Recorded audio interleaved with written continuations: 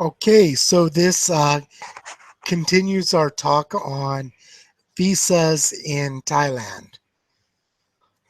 We started with the exempt entry. Most Westerners can come into Thailand without any kind of application or visa, and they will be stamped with a 30-day visa on arrival. This is good enough for Westerners from all but about 20 countries worldwide. And you can extend that stay. You get 30 days uh, arrival on immigration, and then you can extend it 30 days for a payment of 1900 baht at immigration. So after those 30 plus 30 days have expired, the 60 days, you then must exit the country, and you can do the same thing over again. So it could just be a matter of going to Cambodia or Laos, getting an either visa or entry stamp from that country, then getting an exit stamp, and then coming back into Thailand. Uh, and you'll get another 30 days. So by land or by air, an additional 30 days, which you can then extend again for 1900 baht at immigration. So you have 120 days, payment of 3,800 baht, a little over $100, and you get to stay in Thailand for 120 days. Thereafter, you must exit. And if you want to stay again, the next type of visa you could get would be a tourist visa. A tourist visa is a 60-day visa obtained at a Thai embassy in another country, could be a neighboring country or your home country. And then you are able to enter Thailand for 60 days on the tourist visa. That also can be extended 30 days. So while the exempt entry has a limit of 2 visits to Thailand during a calendar year, or 120 days basically, the tourist visa has no limit. You can stay and get back to back tourist visas as much as you want. There is no written rule saying how many you can get.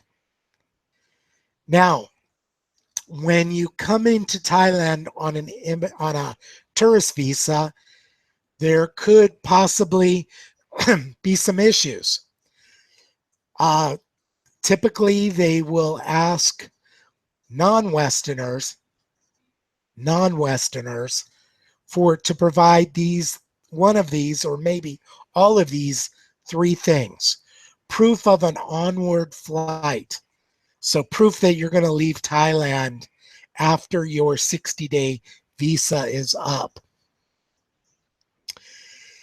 This, if they ask for this can be satisfied either by having a booking, printing out a booking for a return flight or onward flight out of Thailand, or a company that rents that kind of booking.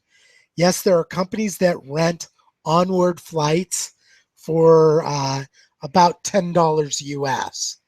So if you are worried you're going to be asked for one of these, go ahead and get the rent a return flight rather than booking a flight yourself and paying maybe $100 for a return flight.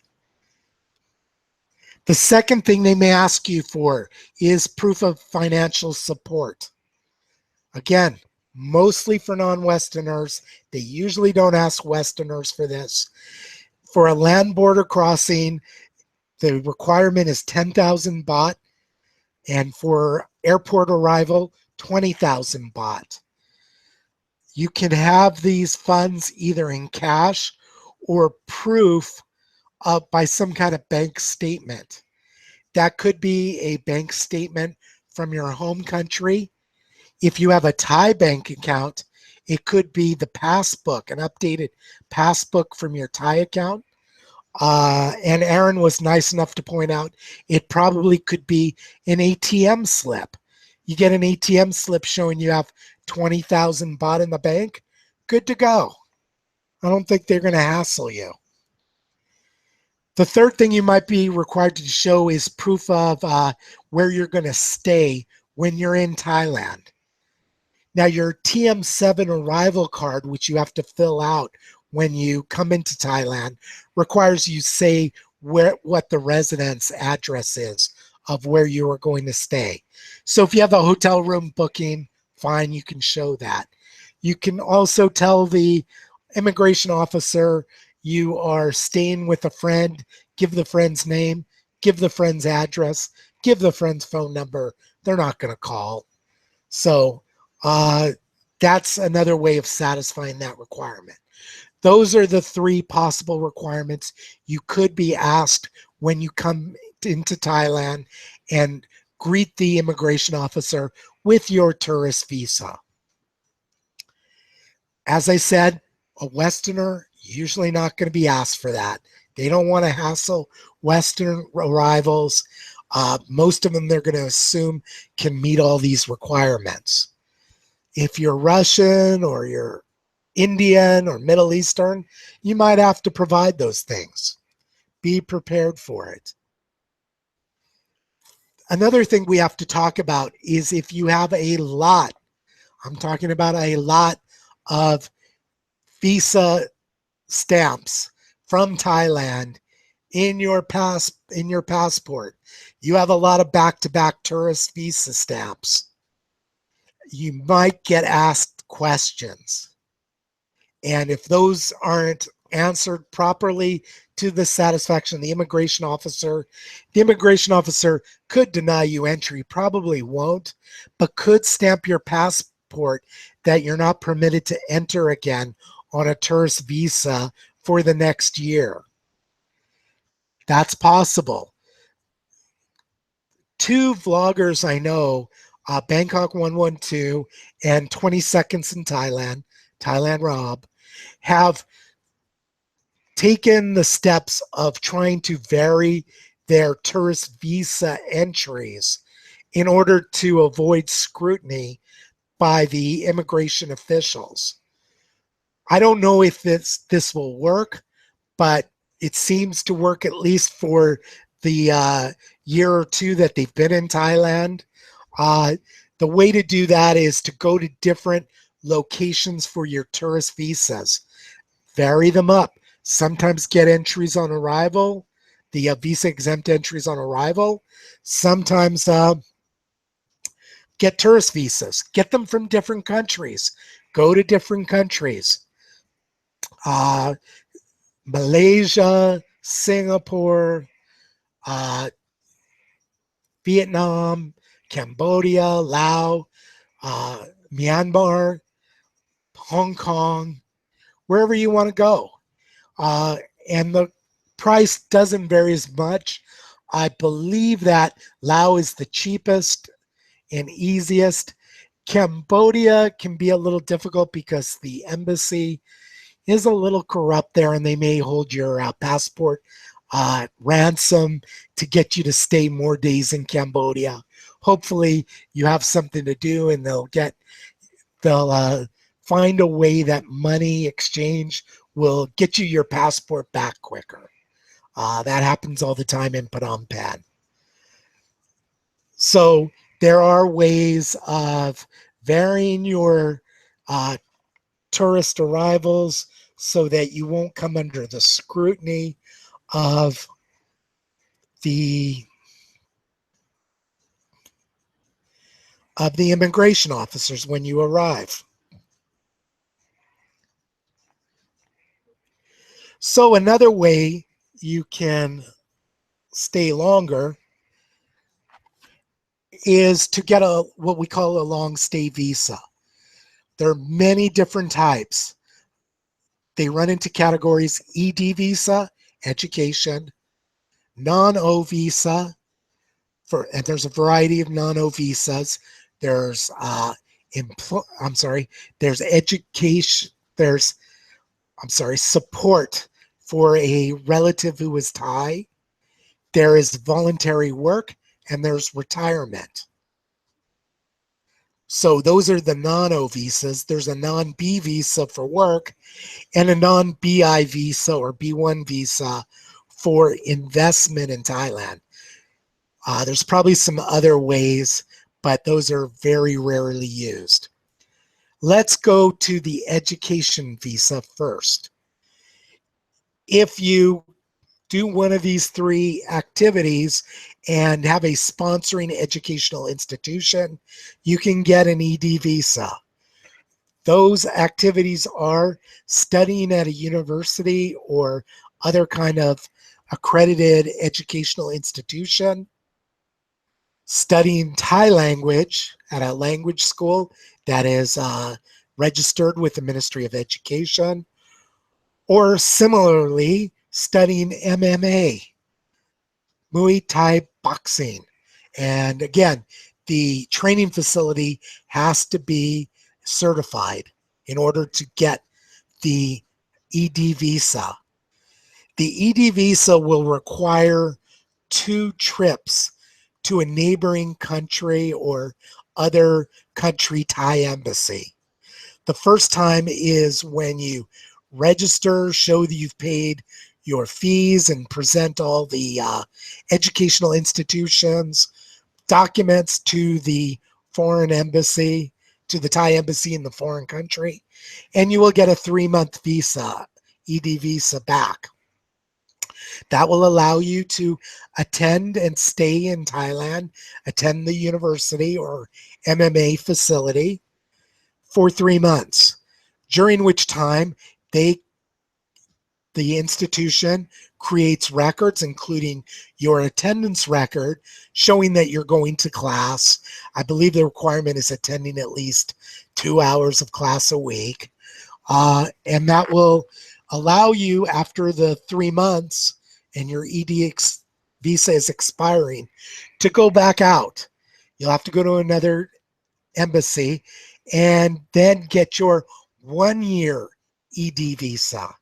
So then you get your 1-year ED visa, providing proof, again, all the same proof about the university or facility that you're training with, and provide all that, provide your attendance records, and you get your visa, you re-enter, and you're good to go for a year. Every 3 months, as on any long-term visa, you have to report your residence to immigration. It can be done one of 3 ways. You can present yourself, filling out the form, and saying where you live. Second way is by mail. Almost all the immigration offices allow you to submit by mail. The third way is to do it online. Unfortunately, online almost never works. I wouldn't even try it. It's just been really inconsistent. So as long as you report your residence every 90 days, and don't miss that because the fine is pretty substantial, up to 2,000 baht. I believe it's 200 baht a day, up to 2,000 baht maximum if you fail to report your residence. Also, if you move, you must report your new residence within 24 hours of moving. Nice. Sometimes they catch you doing that, very rarely, but try to avoid it. As soon as you can after you move, report your new residence. So that's the ED visa. The only thing I would tell you about the ED visa, do background research, make sure the institution you are going to be studying with or training with has a reputation for easily getting these ED visas. Universities are going to be able to get them. They all have foreign students, and they just need to. They need to be able to do it because the foreign students pay a lot of money to go to their universities.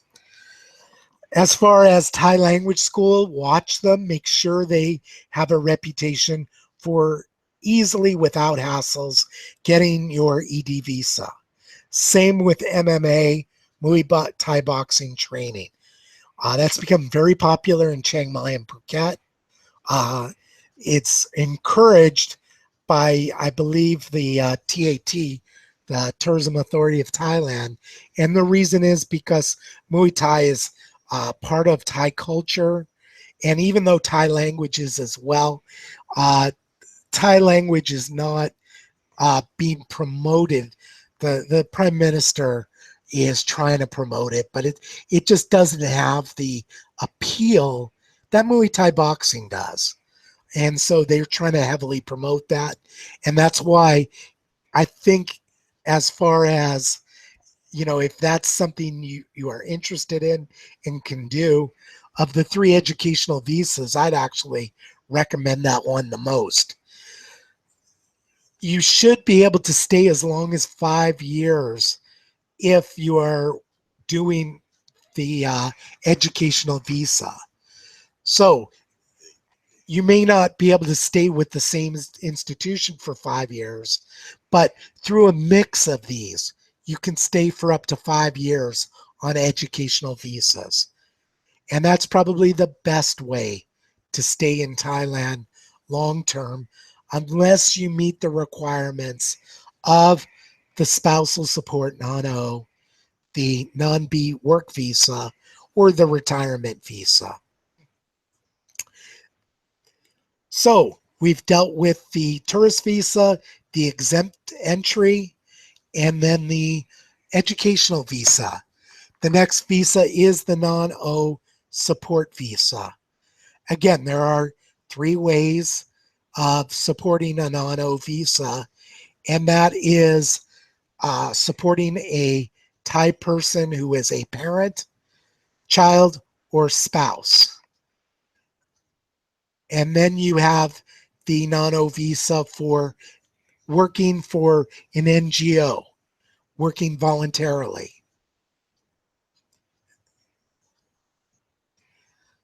So let's get to the work visa now, the non-B visa. The non-B visa is probably the trickiest visa of all. And the reason is because it's a catch-22 situation.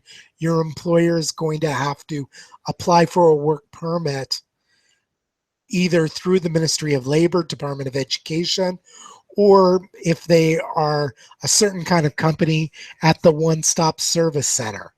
The three types of companies are BOI, Board of Investment Companies; IEAT, companies located in the industrial estates of Thailand; and the third kind is highly capitalized foreign companies and central business district companies that don't deal with their work permits at the Ministry of Education and deal instead with the One-Stop Service Center in Bangkok that's located in Chomchuri Square near Siloam. So your sponsoring company will have to apply for a work permit, either getting a W-3 receipt or a letter of approval from the One-Stop Service Center. And you take that along with a whole basket of company documents, including Department of Business Development, their registration statement, certified, stamped with the company stamp, profit and loss statements, list of shareholders, VAT registration, company map showing where your company is located. I think those are the major documents. You will need perhaps an employment contract with the prospective employer, or at least a letter, an invitation letter saying they are going to offer you employment, what the title of the position is, what you're going to be doing, how much it pays. For most Westerners, it must show that it pays at least 50,000 baht per month. Although that requirement depends on what your nationality is, and also does not mean the company has to pay you that. They just have to claim it. And once you are employed on a work permit, they have to pay tax on at least that minimum amount of income. So you take all those documents along with your passport, your money, about 2,000 and 2,500 baht, your photos, your application form,